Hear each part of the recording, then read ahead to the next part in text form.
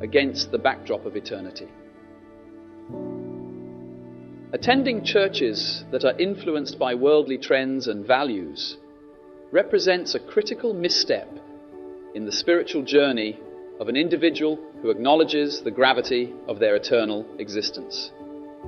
Worldly churches, driven by the transient and often superficial concerns of contemporary society, risk obscuring the profound spiritual truths that speak to the core of our being. Such institutions may prioritize material success, social conformity, and temporal satisfaction over the timeless teachings of Christ, which center on self-sacrifice, spiritual growth, and the pursuit of holiness. This distortion not only diverts believers from the path of true discipleship, but also neglects the reality of our eternal destiny. The Scriptures warn us not to love the world or the things in the world, for all that is in the world, the desires of the flesh, the desires of the eyes, and the pride of life, is not from the Father, but is from the world.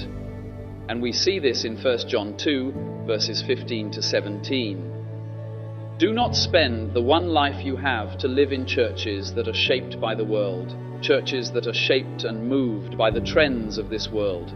There are churches that are so clouded by this life and the cares of this life that all they do is focus on the cares of this life, this world, and all that is in this world, and they neglect the fact that you are an eternal being.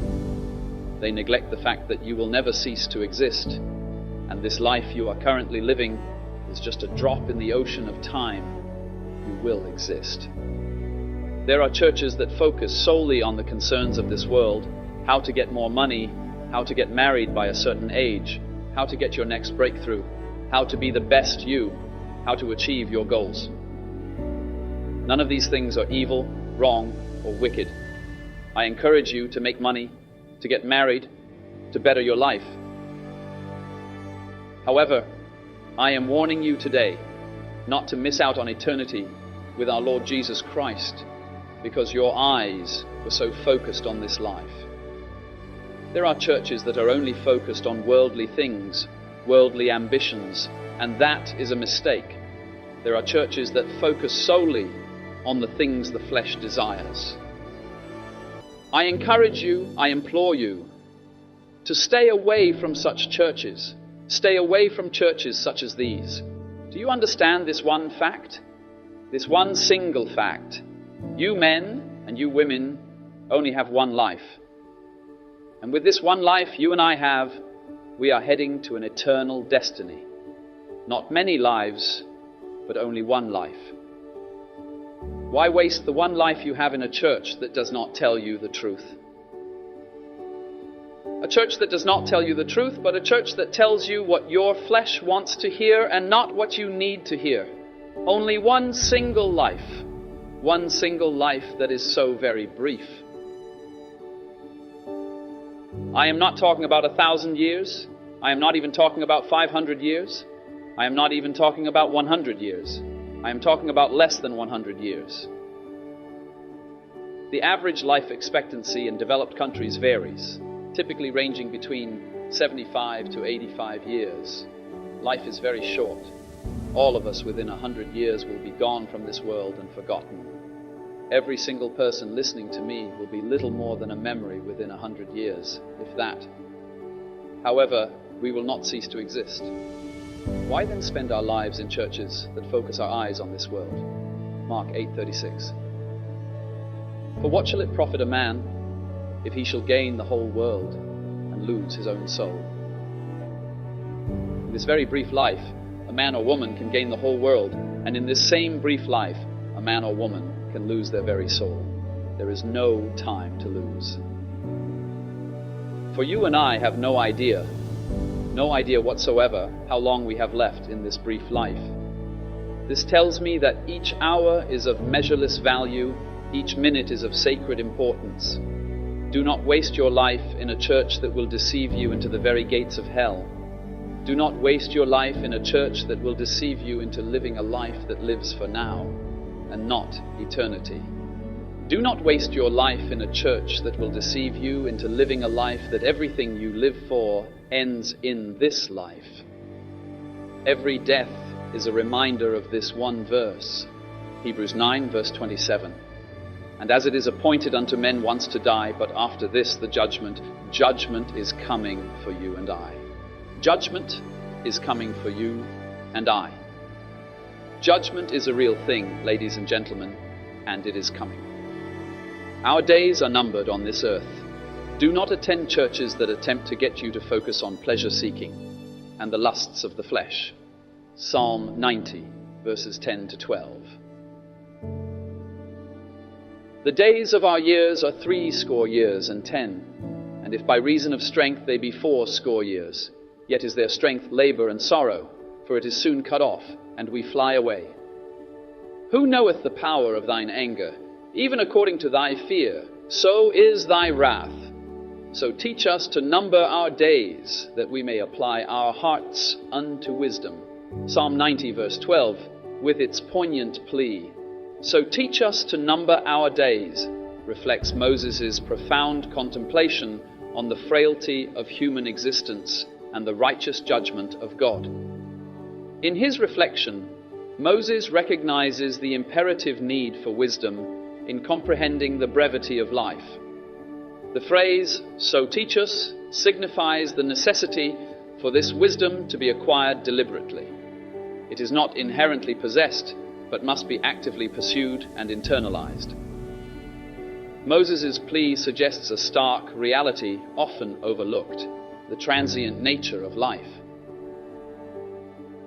Many people traverse through their days with little awareness of life's fleetingness, failing to acknowledge the significance of each passing moment.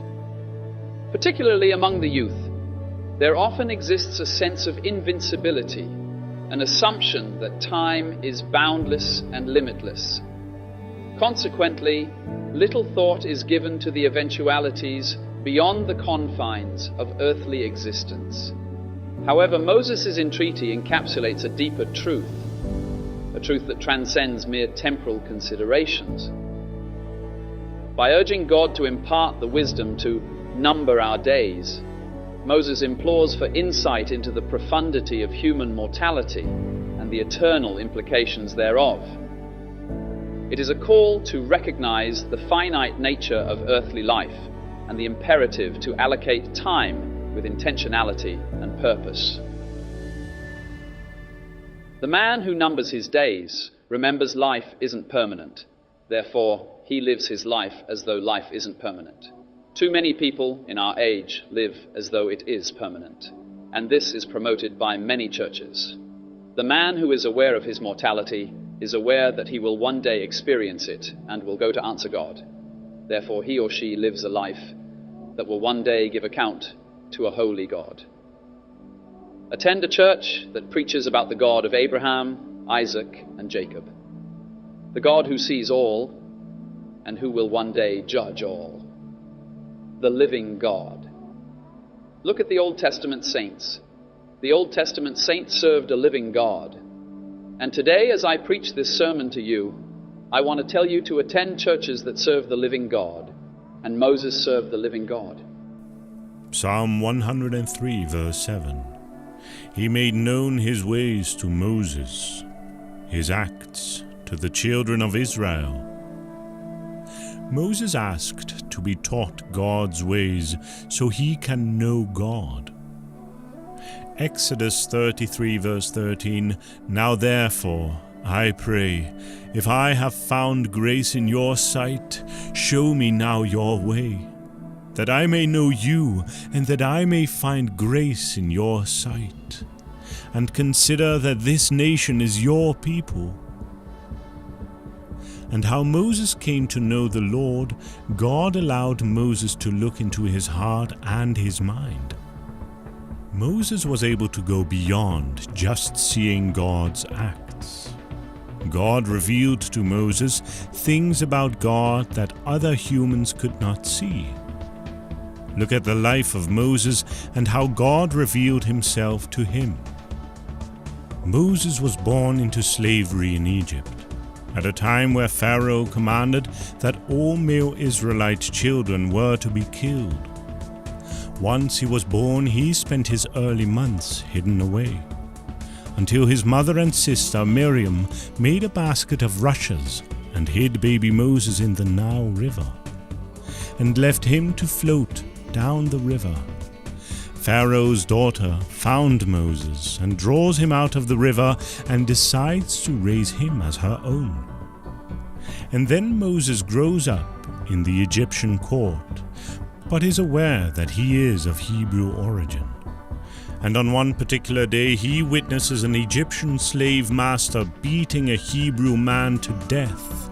Enraged, Moses kills the Egyptian slave master. Fearing the penalty for his rash killing of the Egyptian, Moses flees into the wilderness, and for 40 years Moses lives as a shepherd among the people of the Sinai Peninsula. God spoke to Moses out of a burning bush, telling him, "Go down to Egypt and confront Pharaoh and tell him, 'Let my people go.' And God caused a stick to turn into a snake. Pharaoh, in his stubbornness, refused to listen to Moses, so God fought for his people using nature. The plagues came forth, water turned to blood, the frogs came forth and slept in the beds of Pharaoh and his people, lice and flies, locusts came forth and took over the lands of Egypt, and God kept warning Pharaoh over and over again, 'Let my people go.' But Pharaoh remained stubborn, and the pestilence and the boils and the hailstorms and the lightnings flashed and thunder roared." And in Exodus we see God revealing himself to Moses. Exodus 33 verse 17 to 23, "And the Lord said to Moses, 'I will do the very thing you have asked, because I am pleased with you, and I know you by name.' Then Moses said, 'Now show me your glory.'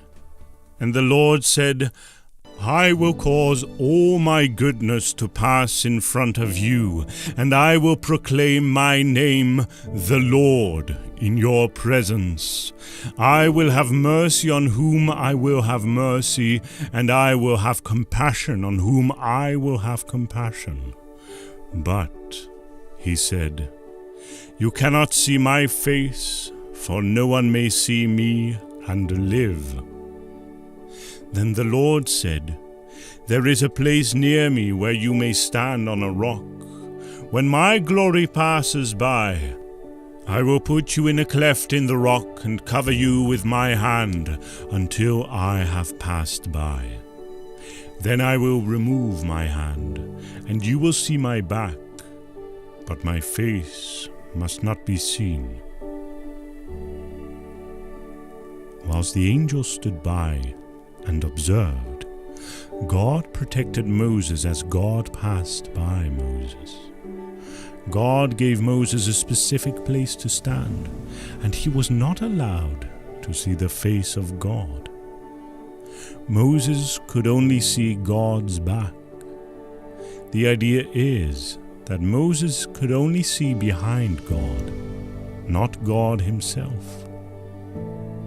Whilst the angel stood by and observed, this moment, this tremendous moment, where a human man saw the back of God, God had to protect Moses, for if he did not, Moses would have died.